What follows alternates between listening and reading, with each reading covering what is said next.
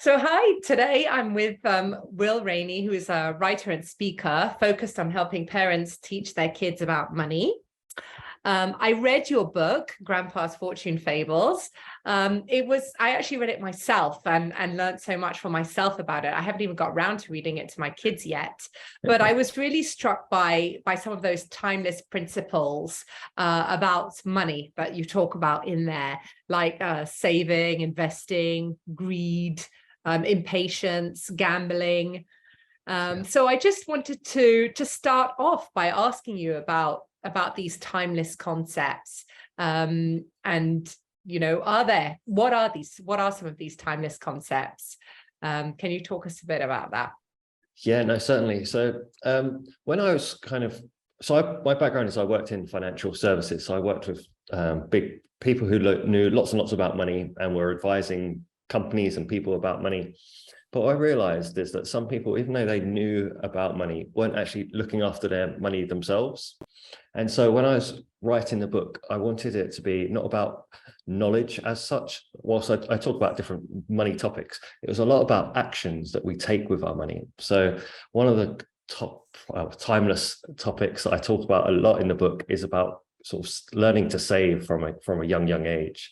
And that's getting into the habit of every time, say, a child or even adults today, every time they receive some money, save some of that money first. So even if it's just 1 out of every 10 that they receive, keep that, and then you can spend the rest and enjoy spending on whatever they might like. But getting into that habit, and it's such a small concept, and I think people underestimate that power of just having that small bit of savings. But actually, it has so many benefits, because especially for children, if they get into the habit of just every time they receive some money, just saving that little bit, what they'll do is they'll start to see that money grow over time, just by the fact they're just adding to it. But if they learn to then take that money that they've saved and put it somewhere where it can actually grow, so whether that's in a bank account or even better still, and I talk about this in the book about investing the money and seeing it grow over time, then they're going to just want to save a bit more and have that money. But it has so many other benefits in the sense of it shows the power of patience, which again I talk about in the book, and I think it's, like, in my mind, like the superpower of those who are financially healthy is those who have patience. And if they have patience, they'll if they have their savings and they've been patient, they're less likely to need to use debt. They're less likely to want to get more money quickly by getting scammed or gambling. So I think just that one little action repeated many times is a sort of fundamental timeless lesson. And I'm hoping that through the book, so the book uses an analogy, as you'll know, of getting children to think of money like seeds, and getting them to save 1 out of every 10. And if they keep that seed, instead of giving it away, which is spending, they plant it, which is saving or investing, they'll see it grow. And if they wait long enough, which is the patience, they'll have their own financial forest. And I just want as many children, but pretty much everyone, to start thinking of money like seeds and growing this kind of financial forest. And I think more and more people have that kind of mindset, that money's not just for spending, it's also for growing. Then it can change their whole kind of financial future. So yeah, so that was kind of some of the key lessons that I wanted to put in the book. But as you know, I use stories and characters, etc., to do that. And well, what I think you're kind of a living and breathing example of this, because what struck me in one of your previous interviews was that the interviewer said to you, or that you said that a lot of your colleagues, when you're in the financial industry, were amazed by the fact you could just pack up and move to Vietnam with your family. And they were like, how were you able to do that? And write a blog. And it's because of your savings that you were able to do that. So were you taught this as a child by your parents very early on? Well, my parents might claim they did, but I don't remember any of the lessons. But I learned something really strong from my parents. So we lived in the same house for about 25 years, or my parents lived in the same house for 25 years. And so I stayed in one house for that time. And then as soon as I left university, my parents just kind of said, right, we've done our bit, we're going to go and retire. So they're in the UK, and then they retired to Spain. And so I thought that was really a strong experience to witness, because as I was growing up, I saw other friends who were moving houses into slightly bigger houses, or their parents having sort of fancier cars, etc. Or you could just tell. But I knew my parents were doing well in their jobs, but yet they didn't really, you couldn't really tell that by, they didn't change the house very much, and they changed cars, but never too extreme. But it wasn't until they actually retired early, and then I just started my graduate job, so I was working long hours, and I'd phone up my parents and I'd be like, how's your day? And they'd be like, oh, we had a lovely day, went to this nice village and sat in the sun, had a coffee. And I'll be like, oh, I've just done like a 60-hour week. And I was like, I want to have your life. So I kind of learned through seeing what my parents did. And because then look back solving, I kind of saw that they spent all that time living in the same house, just determined to pay off their mortgage. They didn't really care about what other people were doing. And then they got to retire much earlier than their peers. And so I kind of wanted to replicate that. So I started to save and invest so I could do something. And then, yeah, as you mentioned, I got the opportunity to take some time off work to spend with my young family and live in Vietnam and write a blog and a book. And I just felt really fortunate to be in that position, whereas, as I mentioned, lots of people know what to do with money, but they weren't actually doing it themselves. Because especially in the financial services or high-paying jobs, I think a lot of people feel they don't need to save because they'll just earn some more money. They're just like, well, okay, I've got all these bills, but it's fine. I'll just work harder. But then they don't get that opportunity to take some time off or go and explore as much as they might otherwise be able to if they kind of saved. And that's what I really want for my daughters. That's why I kind of started teaching them, is so that they potentially have the opportunity that we're doing, or at least have the option. They might not want to, but I think if you have that money in savings, it just has options then compared to other people who don't. Yeah, wow, that's such a powerful lesson. And it makes me think of children who don't have that opportunity to see parents leading by example, and who see their parents just spending, and who they themselves are doing that. What about those children? How can they? Because also the other key thing is the habits formed by age 7 that you mentioned, which is, so what about those children who don't have parents? Whose responsibility is it to teach those other children? Yeah, so I still think it's ultimately I want to encourage as many parents to start talking. So it's more about why aren't parents talking about money to their kids? And there's a lot of good reasons for that. Most parents were never taught about money themselves, so they don't know where to start, and therefore don't think it's the right, or not that they don't think it's the wrong thing to do. It's the sense that as it never happened to them, they never think about doing it for their kids. But also, I think some parents who are not good with money themselves find money very stressful, and they don't feel like if they talk to their kids, they want to put that pressure on their kids. But my kind of view is that if children learn about money from a young age, then they're much more likely to grow up more confident and about money, and not have to be in that stressful position when they are adults. And so that's why I started to write my blog and about helping parents teach their kids about money, so that parents felt empowered themselves, because they'll be learning potentially about different topics. So in my blogs, I cover pretty much every different money topic, but in such a way that it's using characters or stories or analogies that is easy for them to learn and then teach their kids. And so they can start having that conversation. Don't get me wrong, I'd love to see more financial education in schools and governments potentially doing more. But if children learn something outside of the home, but then go home and see the parents doing something different, it can be quite confusing. And so I really hope that by helping parents teach their kids about money, it will hopefully also help the parents in terms of them wanting to be a good role model, or finding out help. And also, one of the really good bits that I kind of hear from parents is that they don't feel any shame going and asking for help to teach their kids about money. So they're more than happy to come and ask me, oh, Will, how do I teach my kids about this, that, and the other? Because there's no view about them. It's about how can they be a good guardian for their children. Whereas if it was about them and they said, well, can you help me about debt? They'd be afraid that I'll be sort of judging them. Why are you in debt? Why didn't you know about this? And so people felt a little bit ashamed. Whereas if they're talking about their money, about their kids and money, it's an easy way for them to get over that perception and start breaking that taboo subject. So yeah, I'm really hoping that parents don't don't worry about it too much and go on a little bit of a money journey with their kids. And I'm hoping, as you mentioned, that parents read my book with their kids and start having more conversations at home about money. So, Will, something I wanted to ask you about specifically, you know, as you know, I'm in Singapore, but you've probably seen this in other places in Asia, really strong push for digital and cashless societies. And we're seeing that in schools as well, where kids are paying with smart watches. And eventually, perhaps money will just not be visible for them anymore. And I know based on my own kids, they really learned about money through the physical cash. What are your thoughts on that? How can kids learn about money without there being physical money? Yeah, no, so it's one of my big reasons to want to push this topic as much as possible, because when we were growing up and we had cash, we learned so many lessons without really thinking about it. So just like even basic bits, like we go to the shops and we want to buy something. So we hand over some cash and they give us whatever we're buying, a loaf of bread, for example.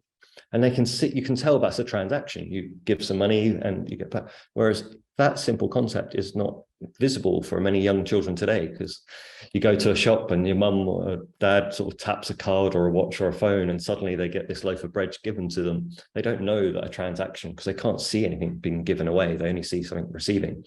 And so we have to try and replace those lessons. But also you get to see that money, once you hand it over, it's gone. And so they get that concept that when you're buying something, rather than just there's this number on a digital screen that sort of changes over time, which they kind of see in computer games as well. So therefore it gets a little bit confusing now. So what I recommend is that it's just more important now than ever for parents to be more vocal about what is money, where does it come from, what happens when we go to shops. Even playing shop with young kids is a fantastic idea. So for my kids, we give what we do, because we don't always have cash around the house. And I know this is something that a lot of parents face. So when we give our children pocket money, we actually have our own kind of bits of paper with numbers on it. And so we give that to them. So we always have that in the house. And then when they want to buy something, we kind of do a little trade in the house, and then we go to the shops and buy it for them. So they're still getting that kind of tangible sort of, in our house, the rainy money that we use to do that. And I think that just gives them that sense of all those lessons that you get from money. And over time, once they've kind of got those lessons, so I'm in Thailand, so it's not quite cashless at the moment, but by the time they get older and it is a bit more cashless, they should have a good concept of what is money and where it goes and what happens when they're going to the shops, and all those good lessons that we get from using cash. So we can't hide from it. We're moving to this cashless world. It just means that parents or guardians have to spend a little bit more time being proactive to try and replace the lessons that we would have naturally picked up by using cash. So it's interesting that you actually do have the physical, you do create your own physical cash in a way so that it becomes tangible to them. Yeah, it is interesting. I'm wondering about those charts where they look and they spend and the money goes up and down in bar charts, whether that can be a replacement. It's hard to say, really. Yeah, no, as long as they see something changing both ways. So again, money comes in, goes up, money comes out, it goes down, rather than just a number on a screen. Whilst again, the apps that you can see are fantastic and got loads of information. So once they're there, it's fantastic. And what I worry a little bit about is some of the cashless companies, especially for kids. I think some parents feel that the app is going to teach their kids about money. And I know some of them are starting to introduce some financial lessons in there, which is fantastic. But just the app itself is unlikely to do that. And the analogy that I use is if you give a child a calculator, they're not suddenly going to become good at maths, but you kind of give them the lessons and the calculator, then the kind of world's their oyster. And I think we need to make sure that kids have the tool plus the education at the same time. Very, very interesting. And Will, what's your perception of what have you seen so far in terms of the financial industry and what they've done to teach financial literacy to kids? Because there's so much from different countries, and I've seen stuff from the UK. What have you seen that stood out to you that you thought this is actually quite good, or have you seen anything? Yeah, no, I've seen some really good things going on, both from some charities, which are going into schools and playing some really, really kind of good games, which I can see lasting for a long time. I've seen, so one game, for example, which I saw very recently, is they gave these children some jugs of water, and they put some food coloring in the water so it's visible. And then they had some of the other students line up in the back, and they all had cups. And some of the cups had like electricity, some of them had rent, some of them had all different expenses, including some which like clothes. And then they had to choose how much they poured into each of these cups, and they had to pour some into some of them. And it's a really good visible way in which the children could see that they had to start budgeting, because they knew that if they put all their water into the clothes jug, then they wouldn't have any electricity or water. So it's a really nice visible way of doing budgeting. So that's fantastic. But yeah, that's the thing. Some of the new sort of apps. So in the UK, the sort of most popular cashless card is called Go Henry, and I know it's going quite global. They're starting to put in some videos and games, etc., into their app. So again, we're starting to see education, not just a tool, but education. And also some of the banks around the world are now starting to do a bit more focus on family education as well. So some of it is just for kids. So some games and pieces are being created. And in other places, it's more like worksheets or joining up with financial education companies. I think there's still a lot more to go, because sadly, there's just, for these big companies, there's not much money to be made by children and finances. They see, well, actually, if we just get some high net worth individual to save a little bit of money with us compared to thousands of kids, which one's going to be easier to do? So some of it is still very much a sort of charitable gesture, but I'm hoping that they're going to see that if children learn to save from a young age, they're going to have much more savings, and therefore more opportunity for the financial companies to benefit from that if they stay loyal over the long term. So I am starting to see more and more, which is good progress. I think there's still a lot to go, and some of it is still a little bit textbook. And again, I much prefer it's a bit more child-friendly games or stories, because money can be quite a dry topic. Yeah, exactly. Yeah, that's what I was gonna say. It can be quite dry, can be quite boring, and therefore your way of storytelling is a really fun way to approach it. How did you get the idea to do that? Yeah, so two of the best money books that I've read for adults, one is called, which you might have heard of, is Rich Dad, Poor Dad, and there's another one called The Richest Man in Babylon. And both of these books kind of changed my mindset about money when I read them. Even though I was working in the financial services industry, it was more about me and my money and how I changed. And I liked both those books because they were told in a kind of story format. So Rich Dad, Poor Dad has the author only has these two different dads who have given him different messages about money. And again, Richest Man in Babylon has the richest man in Babylon telling people how he kind of became the richest man in Babylon. And so it was all done in stories rather than textbook format. And so I really enjoyed those. And so I thought, well, if I'm going to teach my kids about money, I want to try and instill some of that storytelling. And it makes it more fun and memorable. So even when I first started, my youngest was only kind of like 3 years old, 4 years old, maybe. So I knew that if I gave her like a money lesson, it probably wouldn't stick.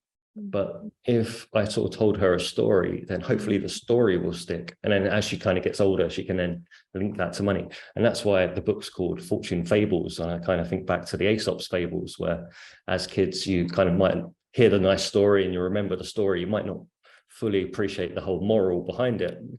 But then as you get older, it's quite clear what the story is trying to teach. And that's kind of what I want with my children. And it's been fantastic when I hear readers come back to me and say, oh, but they saw this bit in the news and they referred back to Mr. Lazy story in the book. And again, they can just remember the characters, and again, using different trees, etc., that I use in the book and referring back just makes it a lot easier and more fun. And the key bit, which I mentioned earlier about getting children to think of money like seeds, is it makes it visual as well. So me and my daughters talk about their forest and chopping trees down and growing, and it's so much more fun than just again talking about dollar signs and very textbook style learning. So yeah, I've kind of been learning as I've been going and trying to be as creative as possible. And it's good that I'm doing it with my daughters because they clearly give me some instant feedback on if it's a good analogy or a good story that they can remember.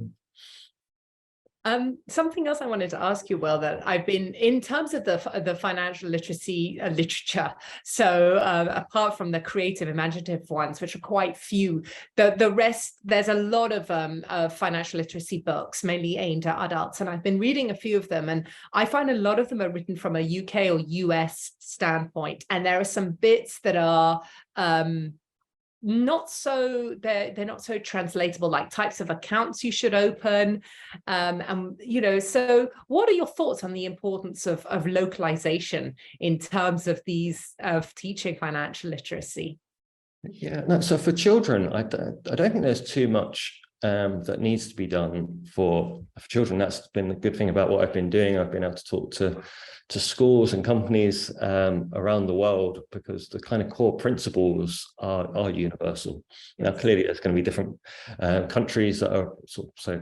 For example, a lot of the Asian countries are naturally more savers than the West, and they have the whole the Chinese New Year where people get the lycée.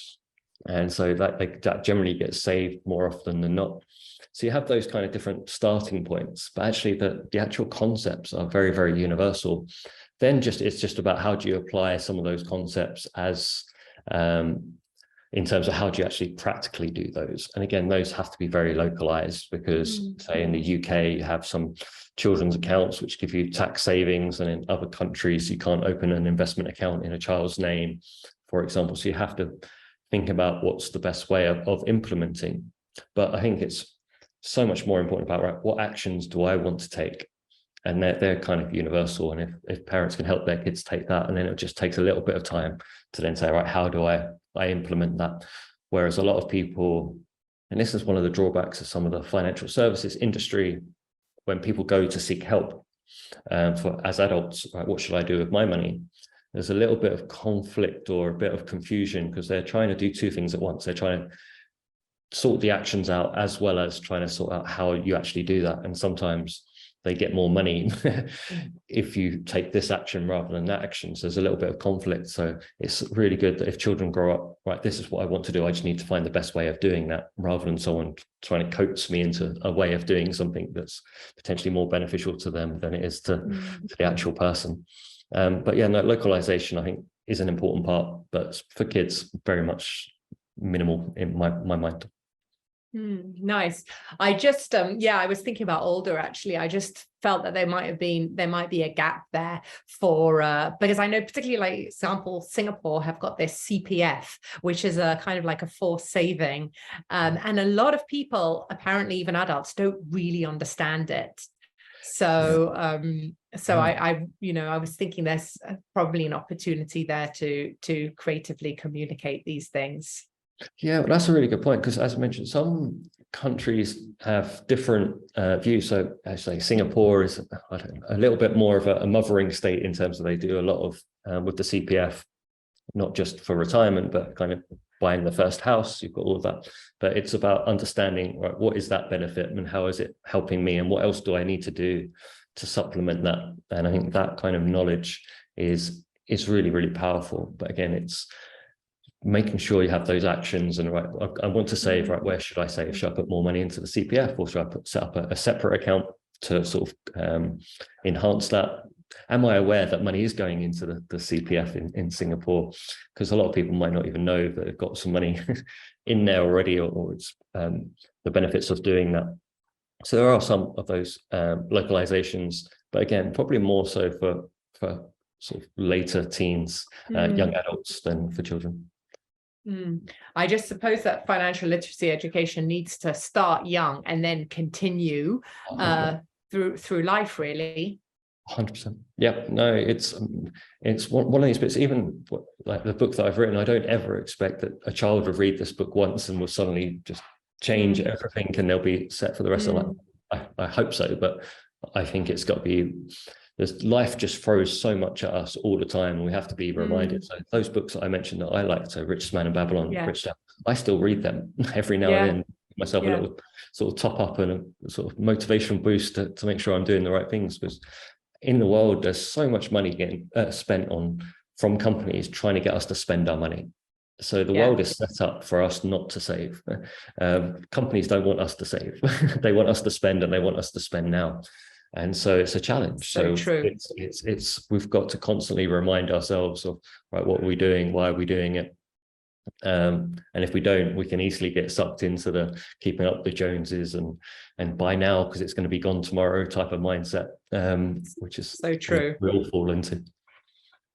Yeah, well, thank you so much, Will, and thank you for those other book tips as well as your book. And it was really a pleasure talking to you. Thank you for sharing all your information and your personal stories. And and best of luck. And we know you're nearby in Thailand. Thank you so much for having me. It's been a pleasure. You too, Will. Thank you.